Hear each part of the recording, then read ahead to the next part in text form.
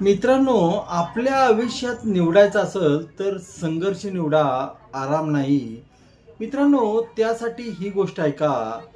जर तुम्ही बेडकाला उकळत्या पाण्यात टाकलं तर ते उडी मारून लगेच बाहेर येते.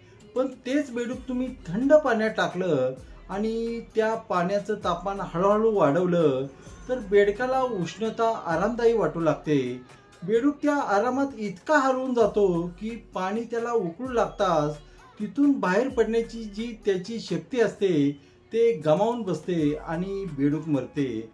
मित्रांनो, आपल्या जीवनात सुद्धा कम्फर्ट झोन हा या उकळत्या पाण्यासारखा असतो.